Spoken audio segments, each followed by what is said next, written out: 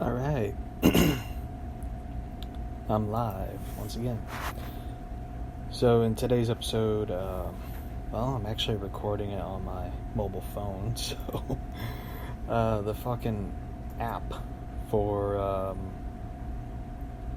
the computer is down once again. So, anyway, it's kind of crazy, like the. Recording it for the first time. So it's going to be a short episode. And, anyway, so probably wondering where I was at. So I was on vacation. It's been kind of, an interesting thing.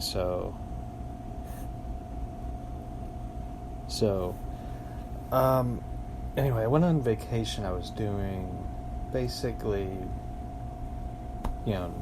fishing, hiking, working out, basically just doing my usual thing, just on vacation. I went to the flea market. So, anyway, actually, they had comic books up there, which was pretty cool. Got the book. Well, I didn't get it at the flea market. I ordered it. Dear Justice League, a graphic novel, which is actually really a good book. It's a kid's book, but I really enjoy it. It's really a fun, book to read and stuff, and it's very different than, what you usually get. So, at the flea market, I got a couple cool things. I got like 4 comics they were 25 cents a piece, so it's pretty cool to find comics and stuff at the flea market. The Uncanny X-Men 304. Peter Parker, the Spectacular Spider-Man. Which is 81, so it's pretty cool. Justice League Europe. Batman Annual 17, Bloodlines Outbreak. So that's a pretty cool book. One I found at the flea market, which was really cool. It definitely caught my eye when I saw it.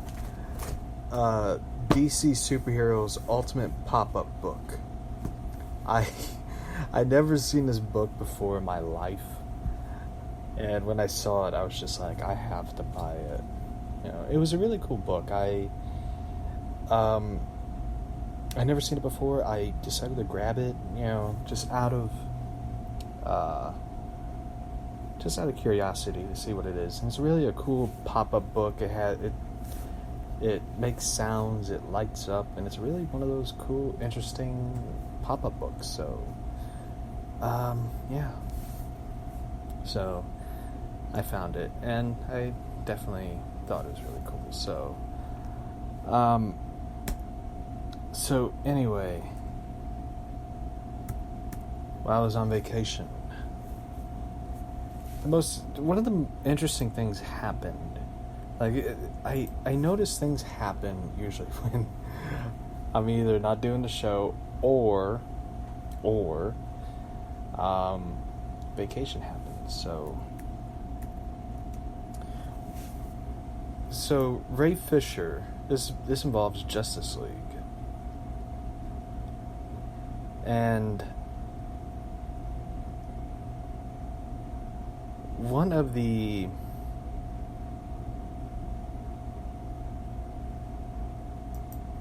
most interesting things happened. Ray Fisher came out and criticized Joss Whedon. Joss Whedon, of course, did the Justice League. And what I remember of it was Fisher posted a video of him answering a question of, Joss Whedon. What was it like working, with Joss Whedon and all that? And Fisher, the funniest thing about that video that made me laugh was Jason Momoa's expression. Jason Momoa, Aquaman, had the expression of like, this is bullshit. And I couldn't help but laugh at the expression of it. And, and Ray Fisher, of course, said, I like to retract everything I said, which meant that he was basically lying about his time working with Joss Whedon. And yeah, it sort of like had several questions of what the hell happened on that set of Justice League during that time. Because, I mean, like, there's been several questions of, like, how much did Whedon rewrite and refilmed? There's several questions to it, like... And, of course, with Fisher's comment, he, of course, said that Jeff Johns and John Berg enabled Whedon's behavior on the set of Justice League. And you're basically like I'm basically asked the question of like, how, what happened, and there's a lot of mystery to this whole situation of it, because there's, of course, the story after, the Fisher thing, that there was reports of Gal Gadot incident, that she didn't want to film a scene in Justice League. And I posted on the Instagram page, of the show, Josh of Gotham, I posted, like, I sort of took, like, several jabs at Whedon. Because I never really cared for Joss Whedon. Even though I loved Buffy the Vampire Slayer, I always thought Joss Whedon was a very very overrated person in comic book films. Like, everybody talks about, Avengers, like how great, Avengers is one of the greatest comic book films. That's definitely debatable. Like, I never really cared for the Avengers, oddly enough. I never really cared for the movie, even though I sat through Age of Ultron, which was fucking boring of a movie. I'm sorry, it's a very boring movie. And Infinity War, which he, of course, didn't direct, but there was, like, reports that he rewrote, a lot of stuff because he was a script doctor. He basically polished up scripts and added his 2 cents into it, and, so on and so forth. But, I never really cared for Whedon's, films and stuff. I was never a big Joss Whedon fan that everybody is. And he kind of had, like, I don't know what it is, like, it was just, like, to me, Joss Whedon was just never... He should have never had anything to do with Justice League, in my opinion. They should have just left it the hell alone, but they took over... Warner Brothers basically stole the film from Zack Snyder and tried to make it into what Disney was doing with the Avengers and the MCU and all that. And I've always said it this way, that the DCEU should have been and should always be the alternative brand. I mean, look what, AEW and WWE. AEW is the alternative. Even though they're the competition, they're the alternative. That's what TNA wrestling should have been. They should have never been trying to be WWE Light. They should have just been like, we're the alternative. It's best to be the alternative than try to be something you'll basically end up being a copy of. And that's the problem that, Jeff Johns and John Berg tried to do. Jeff Johns tried to be like Kevin Feige. It's like, why the fuck do you want to be somebody? It's basically boring. I'm sorry. It's just like, why didn't you just be alternative? It's like, most people like Nirvana, but Nirvana is so mellow and depressing. Why not be like the Smashing Pumpkins? Be interesting and fun. I know there's gonna be a lot of people like, Nirvana's great. It's like, yeah, I mean, but Nirvana's just depressing. Kurt Cobain, I mean, well, if you figure out he was married to Courtney Love, you'd be like, yeah, I kind of see his point and what he did. I know it sounds bad to make that joke and stuff, but so, I mean, for me, it always, I remember leaving the Justice League film. I seen it in theaters. I was like so excited. It was like, I love watching DC films. I love watching Dawn of Justice, which I watched it on HBO Max, and once I found out like HBO Max is now you can download on PlayStation and Xbox, I was like, I'm downloading that. So I watched it, and it was, it's really fun to watch. I've been binge watching South Park while on vacation, which I love South Park. I fucking love that show. And I watched, yesterday I watched the new Unsolved Mysteries, which was really cool, on vacation as well. So anyway, I was watching, Dawn of Justice, and I watched Aquaman, and I watched Wonder Woman, Shazam. I watched a lot of these, great films and stuff, and I sat through Justice League. I sat through it, and I just was like, I wish they would just put out the Snyder Cut by now. I know it's going to be out next year, and I will tell you this, next year it will be the most watched movie on HBO Max. A lot of people are going to subscribe and watch it. I will say this.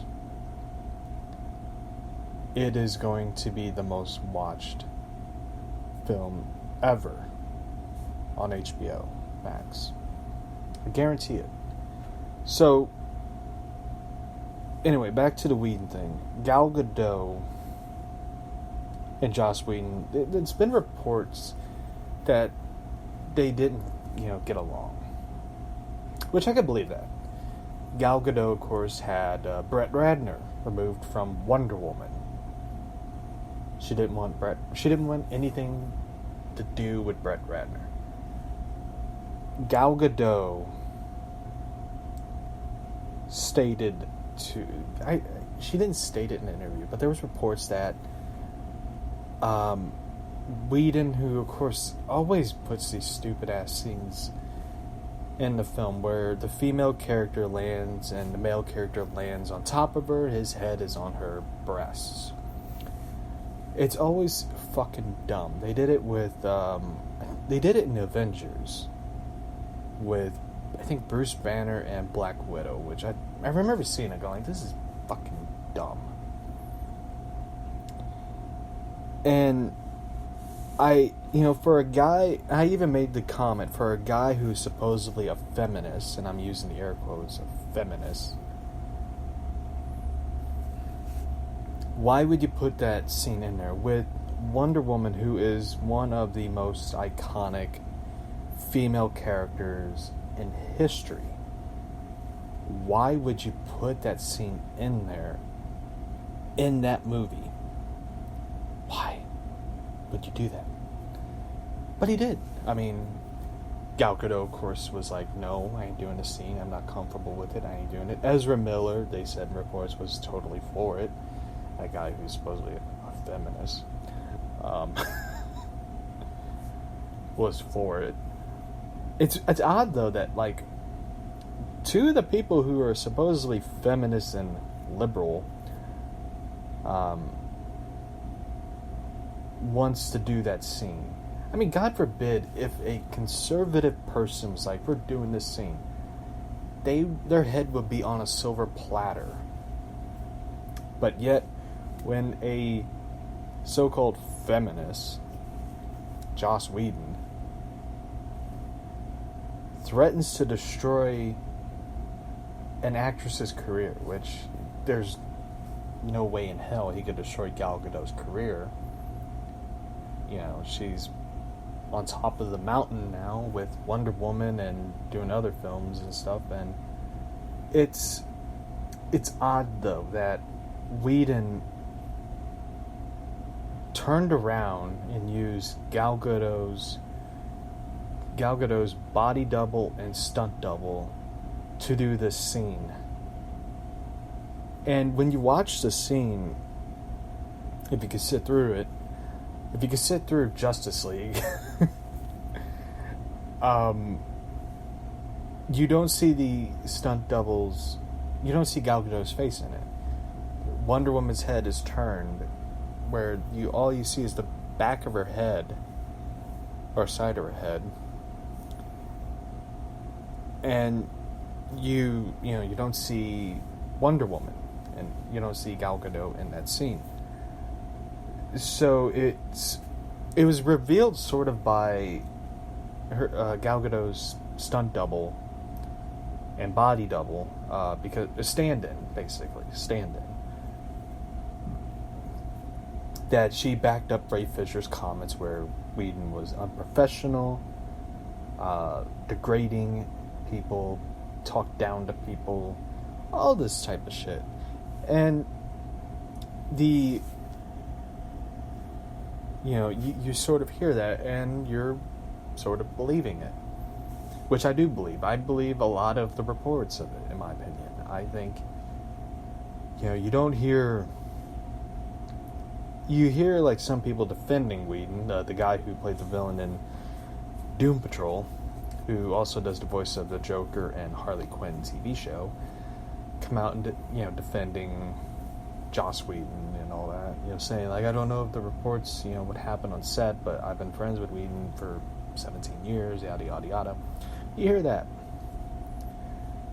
But Kevin Smith, of course, stated that he heard from special effects people, production people of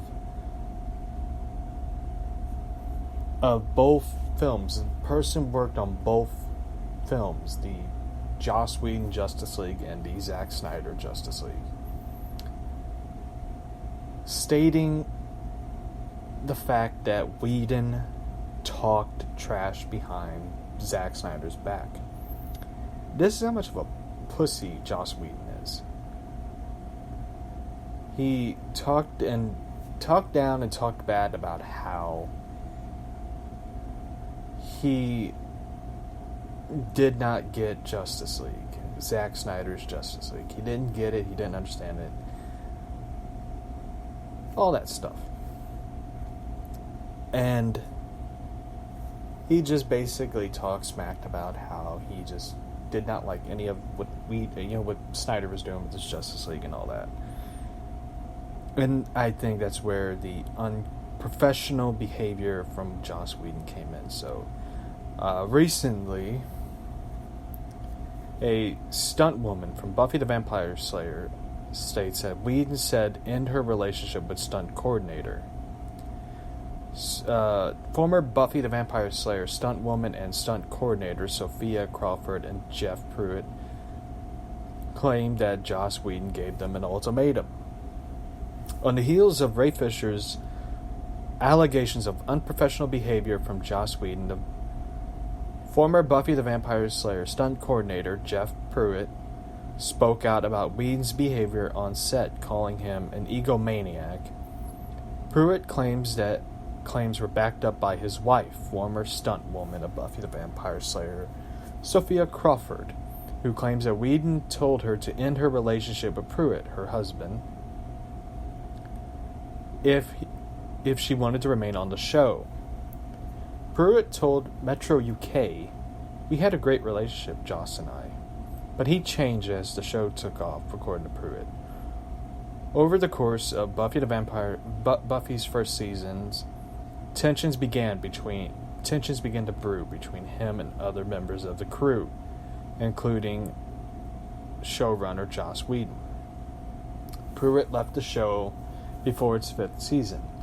He said, "By season 4, I became fed up and told them I was going to leave to direct second unit on other series.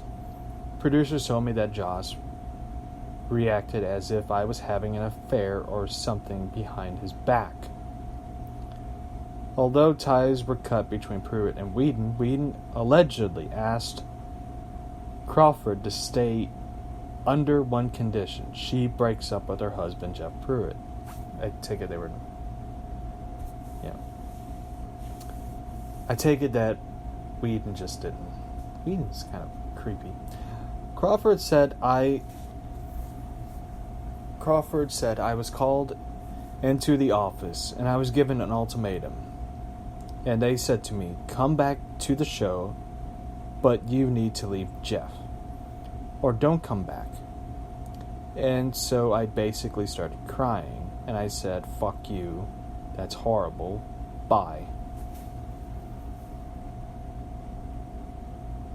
This isn't the first time Pruitt claimed to have bad blood on set with Whedon.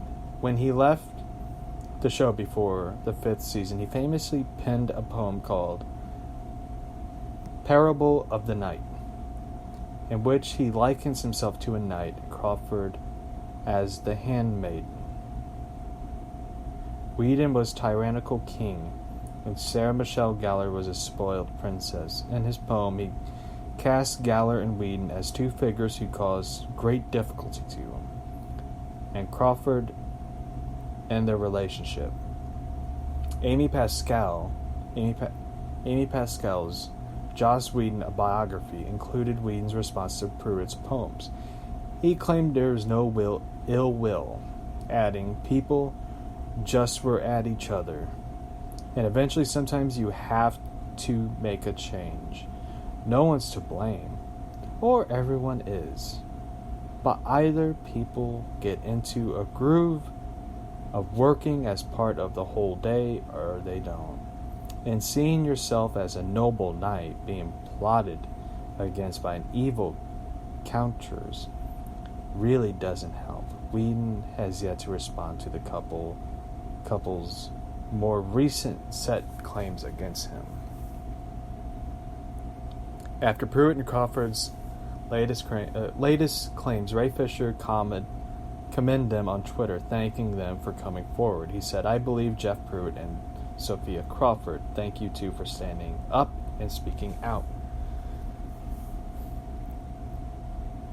I will have to say this. I do believe their story, because it's kind of weird though that after all these allegations and claims that Ray Fisher and others made against Whedon, he has not really spoken out. He sort of went into hiding. And this is pretty awkward right here. Even after all this, Joss Whedon will have a panel at the virtual San Diego Comic-Con. I can't wait to see what happens. I will bet you. I bet you $50 he is going to monitor all his questions. Basically he will be like, this question could go forward, this one can't. No. That's basically what he's going to do. I hope that, I would love to see people ask the cast of Justice League. I mean, all these questions. Like, I really want to. I hope they ask. A lot of them are going to be there. Jason Momoa, I think, is going to be there. Gal Gadot, Ezra Miller, I think, is going to be there. Ray Fisher, hopefully. I hope that a lot of them, sort of give, answers to what happened on set. Like, it'd be really cool to hear that. And the odd thing about it is, I even made the comment on Grace Randolph's post that none of the cast of the Avengers came to his defense. The Robert Downey Jr., Chris Evans, Hemsworth, Scarlett Johansson, none of them really came to Whedon's defense about this. There's no big, rally behind Joss Whedon. I mean, you had a lot of the people, say that Joss Whedon couldn't do what, Fisher's claiming and all that. But, he wasn't the only one on set that caused difficulty to the film and all that. You had John Berg and you had Jeff Johns. And Jeff Johns, of course, was... I kind of knew Jeff Johns was behind it as well, because Jeff Johns, I take it, wanted to take over Batman. And he didn't want Ben Affleck as Batman. Instead, he wanted, as one person puts it, a pretty boy actor to play Batman. And I will always say this. You always need a veteran actor to play Batman. Especially if you're doing Justice League. And, of course, they're going, of course, with Batman. Batman's going to have his own universe. They're going to... The Robert Pattinson Batman and all that's having his own universe. And, he won't be in the DCEU. Which bothers me. I know there's going to be a lot of people. I mean, there's a lot of people who look forward to the Matt Reeves, Pattinson, Batman, and all that. Which, I'm going to see the film. Means Batman, of course, But the thing that bothers me is not having Batman in the DCEU, not having Batman in the DC universe. It bothers me. And I want to see Batman interact with other characters. I want to see him interact with the Justice League. I want to see, that. I would love to see a Justice League sequel. I would love to see either Zack Snyder or Patty Jenkins direct a sequel to Justice League. Zack Snyder's Justice League. I would love to see that. I would love to. And it, it bothers me that the DCEU films just died instantly when Whedon, Berg, and Johns took over. It bothers me because there was so much potential. Like, when I watch Dawn of Justice, or when I look at photos of the Justice League cast and the costumes and all that, it bothers me that there was so much potential that it just poof, that's what bothers me. So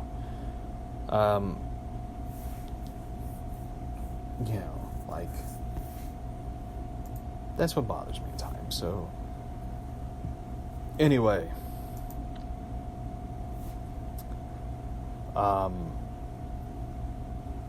so let's get to the other stories and stuff. So,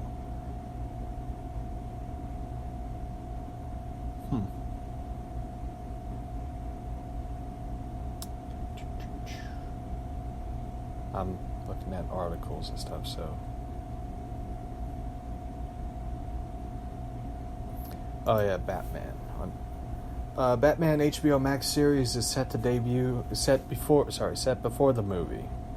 It said that recently announced the Batman HBO Max spinoff series will be set before the upcoming movie starring Robert Pattinson. The info comes out Variety via Twitter.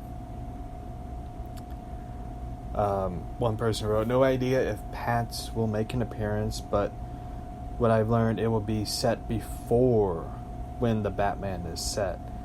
And will dive into Gotham and become how Gotham became corrupt and infested with criminals." Tweeted by Justin Kroll. Fans commented and replied, "It sounds like the recent Gotham series, which was set centered around a young Bruce Wayne and how Gotham became corrupt and infested with criminals and Batman villains." But another fan chimed in offering, "No, it wasn't. This is taking the Gotham Central approach to the Gotham CPD, Gotham City Police Department. It isn't centered around Batman, it isn't centered around Batman, which was really Gotham.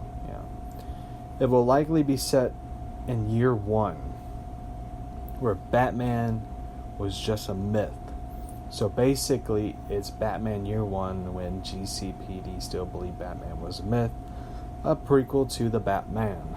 So basically, I take it the show will be centered around GCPD, and Batman will basically be, I guess, in the background? I don't know. While HBO Max hasn't confirmed the official announcement, trades did report that the Batman HBO Max spinoff will take on the Gotham Central comic book by Ed Brubaker and Greg Rucka, which would deal with police detectives working in the shadow of the Batman. Worth to mention that it is, which I was told years ago, that the Batman was being developed and that it would star Batman in his second year being a hero.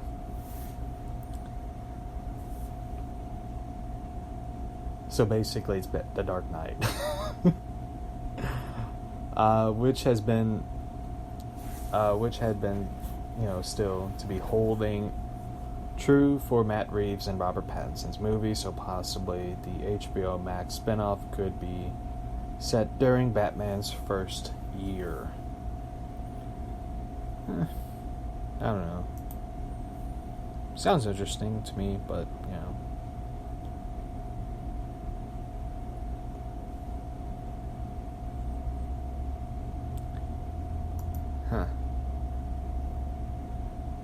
So, sounds like an interesting show. I do look forward to seeing what happens.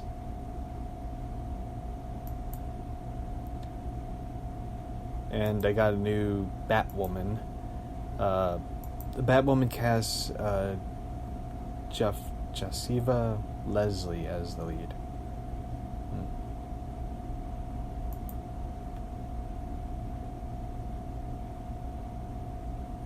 So,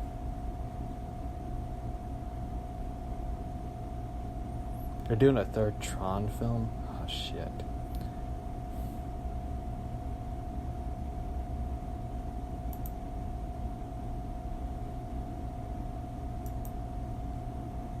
So, there's a rumor. I couldn't help but laugh at this one, this report.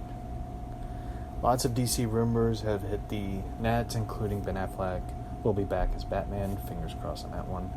Ryan Reynolds returning as Green Lantern.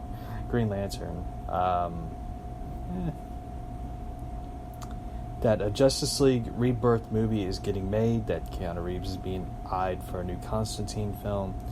That Batgirl will star with Michael Keaton. And Batman Beyond and more. Oh boy. Constantine would be pretty cool, but The Warp took to Twitter Tuesday. Unfortunately, it was shoot down some cool DC rumors. Umberto, don't know who that is, did at least confirm that a Zatanna movie is in development. So it's right in line with Plastic Man, Blue Beetle, Booster Gold. I mean, how many movies are in development? There's so many movies in development that's not even funny. I'd rather see a Zatanna TV series than a movie, in my opinion. Just my opinion. I would rather see a Zatanna TV series. So, Batgirl, Batman Beyond. Responding to Grace Randolph's rumor that Batgirl will essentially replace Terry McGinnis in Batman Beyond, and the movie that will see Michael Keaton mentor Barbara Gordon, Umberto responds by saying Batgirl will not become Batman Beyond, which would basically be Batwoman Beyond, but at best, maybe a cameo or two. Justice League Rebirth movie, which was J.J. Abrams rebooting the DC through a Justice League Rebirth, stating, of course, that's not true. Thank God. Because that movie would suck. Constantine, a recent rumor that a new Constantine movie will be made, and rumors that are offering Keanu Reeves wanted to return. He, of course, responds by saying there's no Constantine movie being developed at DC. I'd rather see an HBO... For me, I'd rather see an HBO Max series with the guy who plays, Constantine now. Or on the Legends of Tomorrow. I'd rather see a Constantine TV series on HBO Max. You can do whatever you want. There's, it would basically, I would rather see, the craziest Constantine TV series ever. Get the people that did Swamp Thing to do Constantine. I would fucking pay money for that. I love Swamp Thing TV series, man. That was... that was, the classic shit right there, man. That to me, it bothers me that they canceled it, but yet did Stargirl, and yet the DC Universe lost Stargirl to CW, which means that it started from the top of the mountain and flat. And it's gonna suck. That's sad, So for me, it sucks. Ryan Reynolds Green Lantern asked, any truth to the Ryan Reynolds Green Lantern rumor, which Ryan Reynolds will be back as Green Lantern for the Zack Snyder cut and The Flash. Not true. There's no deal or talks with Warner Brothers on this one. Ben Affleck, Batman. Rumors that Ben Affleck will be back as Batman for an HBO Max. Humberto, of course, responds, as much as I personally want to see this, unfortunately, that this is not true either, which that saddens me. Superman. What about Superman? At least Humberto does not shoot this one down, as there's been rumors of Henry Cavill returning. He simply wrote, nothing yet. Regarding Zatanna, there is a Zatanna movie. Has been for a while, but no writer was hired. I honestly would rather see a TV series of it. Ezra Miller is the Flash, yes. At least there's that dude still around, but... So, anyway. Like I said, this episode is going to be a short one. I really enjoy... I'm trying to get the app on the laptop fixed so we can do the show regularly like that, because I like looking at my phone while I'm doing the show.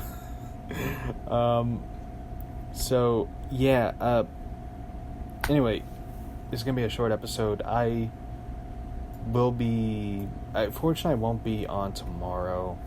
Got a lot of busy things to do tomorrow, Anyway, so I will be back Wednesday. So Wednesday will be a much bigger episode to do. So anyway, I'm going to get the app on the laptop fixed. I did send a report to Spreaker about the laptop app not working. So anyway, I will be back Wednesday to do another show. So anyway, I will see you all Wednesday, and